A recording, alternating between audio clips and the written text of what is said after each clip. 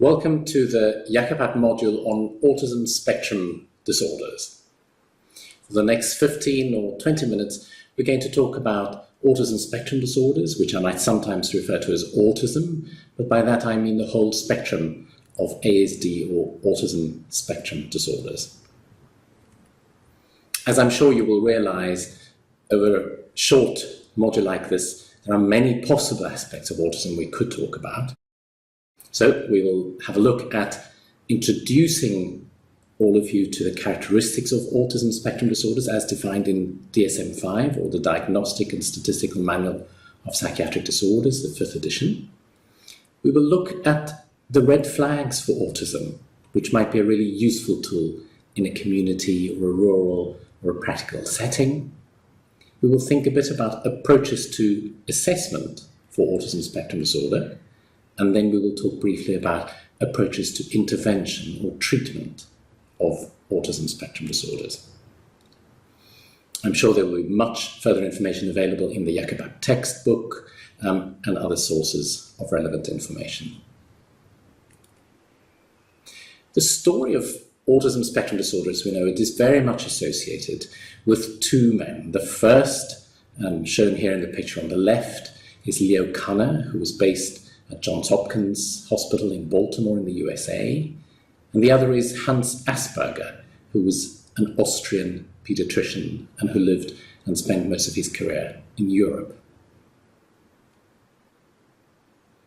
As we know, childhood autism, or infantile autism, as Kanner described it, was first described by him in a case series of 11 young people. And he described boys who were and girls who were happiest when alone, oblivious to things around them, who had a mania for spinning objects and themselves shaking their head side to side, having tantrums when their routines were disrupted. On the other side of the Atlantic Ocean, in the following year, in 1944, Hans Asperger described 4 gifted yet withdrawn boys. They all seem to have an apparent lack of empathy, little ability to form relationships and friendships, have very one-sided conversations, particular absorptions in highly specific topics of interest. They had some clumsy movements, and he referred to them as his little professors. Over the years, the characteristics described and identified by Asperger and by Kanner became incorporated into our diagnostic systems. And so by DSM-IV and ICD-10, childhood autism, as the category was described, had 3 main areas of deficits. And this was referred to as the triad of impairment. So we looked for qualitative abnormalities in reciprocal social interaction. We looked for qualitative abnormalities in communication, both verbal and non-verbal communication. And we looked for a pattern of restricted and repetitive behaviors. Some of these abnormalities had to be present by the 3rd birthday in order to meet criteria for autism or autism spectrum disorder. At that point, the overarching category was called pervasive developmental disorders, or PDD. So overall autism in DSM-IV and ICD-10 had a number of subcategories. The first is infantile autism. The second in ICD-10 was atypical autism. The third, Rett syndrome, also included childhood disintegrative disorders, Asperger's syndrome, and then the category pervasive developmental disorders not otherwise specified, or PDD-NOS. Many people say that there was a very intense and controversial debate when DSM-IV was considered for revisions into DSM-V. I don't know how controversial it was in the end, but the panel tried to answer 3 main overarching questions. First, the DSM-V panel for autism and pervasive developmental disorders wanted to know what are the neurobiological differences. And are there neurobiological differences between autism, Asperger, and pervasive developmental disorders not otherwise specified? They studied a range of brain imaging, MRI, neuropsychological, genetic, and neuropathological studies. Next, they wanted to ask how good experts were at differentiating between autism, Asperger, and PDD-NOS, to look at the reliability of the diagnosis. And thirdly, they wanted to look how symptoms and signs cluster in individuals with ASD. The question in this case, and the change that subsequently happened, was the realization was made that autism spectrum disorders, as previously described into these three domains of social impairment, communication deficits, and repetitive and stereotyped behaviors, were perhaps better suited to be divided into a dyad of impairment, two main areas of impairment, with problems in social affect, as referred to by Connor in his early studies, and problems in restricted and repetitive behaviors come together to form an autism spectrum disorder. A change that happened between DSM-IV and DSM-V was for DSM-V now to have a single category, we'll talk a bit more about that in a minute, of autism spectrum disorders, but to use a number of specifiers to help define and clarify the actual profile of need of an individual. So there are specifiers for severity to indicate the level of support that somebody might need, specifiers for the expressive language level, and other specifiers, including description of associated features like intellectual ability level, whether somebody has a medical or genetic condition associated with the autism, or whether they might also have epilepsy. One additional diagnostic criterion was added in DSM-V, and that was around sensory hypo or hypersensitivity. And I'll say a bit more about that in a minute. In this slide, we really just illustrate that between DSM-IV and DSM-V, almost all the characteristics that we typically look for in autism are still there. They've just been reorganized from three domains into two. Sensory hypo and hypersensitivity has been added as an additional criterion. And the characteristic of language, the absence of language development, was no longer a diagnostic criterion, but became and has become a specifier for autism spectrum disorder. Let's look at how DSM-V divides up and diagnoses autism spectrum disorders. So on the one hand, we're now looking for evidence of persistent impairment in reciprocal social communication and social interaction across multiple contexts. And on the other hand, we need to see evidence of repetitive, restricted patterns of behavior, interests, or activities. Some of these deficits need to be present in early childhood, although they might not always present until later when the environmental expectations outstrip the intrinsic capacity of an individual. But we need to have some evidence of impairment in social communication and repetitive behaviors in daily life. A very important point for us all to remember is that autism spectrum disorders really only should be diagnosed when there's a co-occurrence of social affect, social reciprocal problems, and repetitive and stereotyped patterns of behaviors.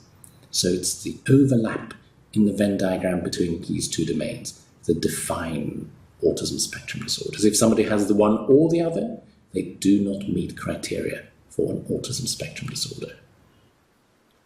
If we look at the diagnostic criteria in a little bit more detail, in the first domain of persistent impairment in reciprocal social communication, we need to see evidence of abnormalities in three key areas. First, we need to see problems in socio-emotional reciprocity. Secondly, we need to see problems in non-verbal communicative behaviors for social interaction. And thirdly, we need to see difficulties in the development and maintenance and understanding of relationships.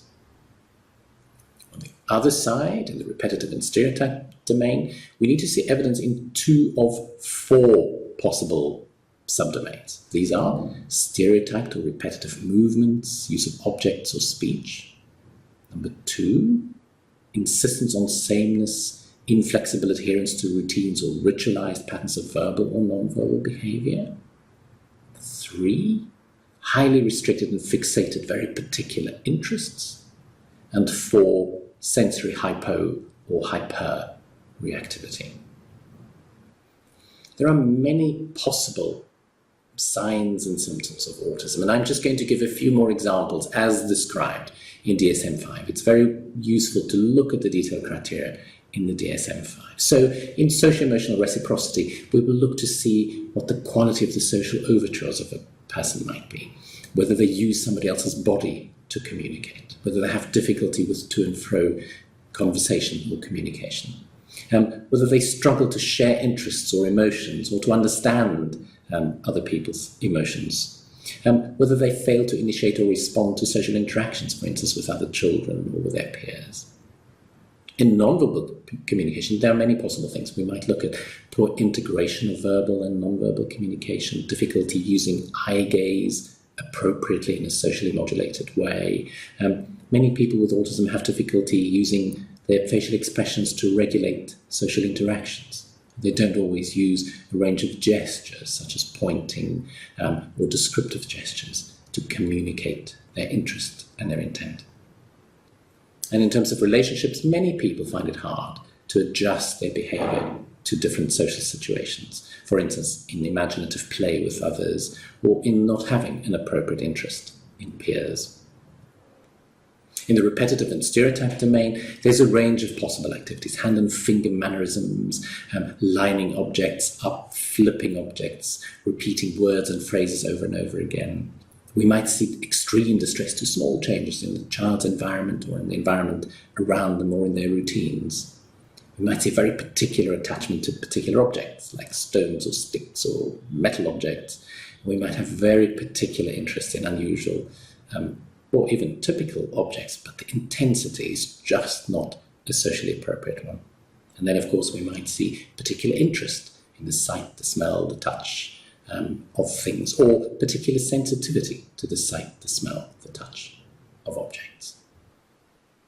In DSM-IV, we now use one term, autism spectrum disorders, and this includes childhood autism, Kanner's autism, Asperger's syndrome, PDD-NOS, all the names we had previously used in DSM-IV and ICD-10. Rett syndrome is now classified as a genetic condition associated with ASD. In terms of level of severities, there are three main levels of severities we might use to describe the level of need of a person, and we may add specifiers, such as to say whether somebody has intellectual disability, whether they have problems with expressive language level, whether they have a known associated medical condition, or whether they have another neurodevelopmental mental health disorder, or whether they may have catatonia as well. Let's now think about the red flags for autism. These are not diagnostic criteria for autism, but were developed in particular by a group at Florida State University under the guidance of Dr. Amy Weatherby. The program that she ran was particularly interested in identifying early risk markers of possible autism spectrum disorders, with the purpose that any of us who have contact with young people might pick up these red flags for autism and say this child might be at risk of an autism spectrum disorder, and we need to do something to evaluate them further. The red flags include a number of possible items, including a child not responding to their own name by the age of 12 months, not pointing at objects or showing interest by 14 months, not having any kind of pretend play by 18 months, avoiding eye contact and wanting to be alone, trouble understanding other people's feelings or expressing their own feelings and emotions. Delayed speech and language skills may be a red flag, as is repeating words and phrases over and over again in exactly the same way. We also include giving answers unrelated to questions as possible red flags, getting upset by minor changes in routines, also having very fixed and particular obsessional interests. Hand flapping, body rocking, spinning in circles are also included as red flags, as are unusual reactions to sound or smell or taste or look or feel of objects. Any of these should make us think whether a child, an infant, an adolescent or adult might have an autism spectrum disorder. There's a lot of further information at the CDC website, the Centers for Disease Control and Prevention website, and if you're interested, please feel free to look at more information on that website. Let's now talk about an approach to assessment. It's very important to remember that ASD remains a behavioural syndrome. And so all the characteristics that we've described are all behavioural ones. A very important thing to keep in mind is that there are no pathognomonic features of autism. By that I mean there's not a single of any of the criteria we've talked about that if we see it, it means somebody definitely has an autism spectrum disorder, or if we don't see it, it means that they don't have autism. That's a very important thing for us to keep in mind from a diagnostic point of view. So for a good assessment, we need to take a good developmental history, looking for the characteristics typical of an autism spectrum disorder and looking for the quality of abnormalities that DSM-IV would like us to look for. Next, we will do an observation in a range of settings, preferably, and we will look at the child's ability to attend, their ability to imitate, the use of language and comprehension of language, their play, their social interaction and behaviour, and look for the characteristic features of autism. It's also important to have a good sense of the overall intellectual or cognitive profile of a child, but given that we know that there are frequent discrepancies between verbal and non-verbal communication, the children often have attentional problems, working memory problems, processing speed problems, planning, other executive skill deficits, and so on. We also need to get a good sense of the child's speech and language profile, what their receptive and expressive language may be like, their phonological difficulties, use of grammar, and whether they have any pragmatic difficulties. Most young people with ASD have pragmatic difficulties in the use of language. We need to get a sense of their occupational skills, motor skills, sensory profile. Can they integrate stimuli, and where are they at in their overall functioning? Very important also to remember that young people with autism spectrum disorders are at risk of behavioural and mental health problems and have some of these mental health difficulties at a rate far greater than others in the general population. So we should look for depression, anxiety disorders, obsessive compulsive disorders, and ADHD and treat them if we identify them. It's also really important to do a family assessment. We know that autism spectrum disorders run in families, so we should look for them. Look for other developmental disorders, look for other psychopathologies like anxiety disorders, depression, eating disorders, and so on, and get an overall sense of the need and support needs of the family. It is sometimes appropriate to do medical investigations as well. We know that between 10 and 20%, perhaps even more, of young people with autism spectrum disorders may have an identifiable medical condition. These include genetic disorders like Fragile X, tuberous sclerosis complex, neurofibromatosis type 1, Rett syndrome, and so on. We would typically recommend a further workup if you clinically suspect one of these conditions. Imaging is recommended when a young person has intellectual disability, autism, and epilepsy, and we would do EEGs when clinically suspected. Regression, or the regressive subtype of autism, is seen in about 30% of people with autism. This typically occurs around ages of 18 to 24 months, and we would therefore recommend workup if regression occurs outside this first 2 years of life period, when there's a clinical suspicion of seizures or epilepsy, and when there's a fluctuating clinical course in presentation. Medical investigations may then include a range of evaluations for metabolic disorders and other rare conditions. Let's now spend a few minutes just thinking about principles of intervention for autism spectrum disorders. There are many possible interventions that parents, teachers, carers, and professionals might see on the internet. However, many of them do not have an evidence base. There is positive evidence of some interventions, including early intensive behavioural interventions, the picture exchange communication system, the TEACH approach to learning in autism, the Early Start Denver model, social stories, applied behaviour analysis, visual scheduling, cognitive behavioural therapy for particular indications, and medications to support particular difficulties in autism. There is also, however, evidence of harm of some interventions, and we should therefore not recommend those and use those in real life. There's, as I said, a lack of evidence of most modalities of treatment used in autism. And there's a very helpful website that any of us can access called researchautism.net. This website tries to accumulate and present all the evidence for a range of interventions. And I would recommend parents, carers, professionals to access this website, which is updated on a regular basis. The most important thing to remember about intervention for autism is that there is no single treatment that will be successful and effective for everyone with an ASD. And that's why an individualized program is really the key to intervention. And the best interventions are ones that combine behavioural, developmental and educational interventions that really tries to reduce unwanted behaviours, teach new skills, and do it in a developmental appropriate context of emergence of behaviours and skills. Another key element is involving the family. There's very good evidence that interventions that bring a family into the program, that build interventions into routines, are much more effective than assessments and interventions that are done in isolation of the family.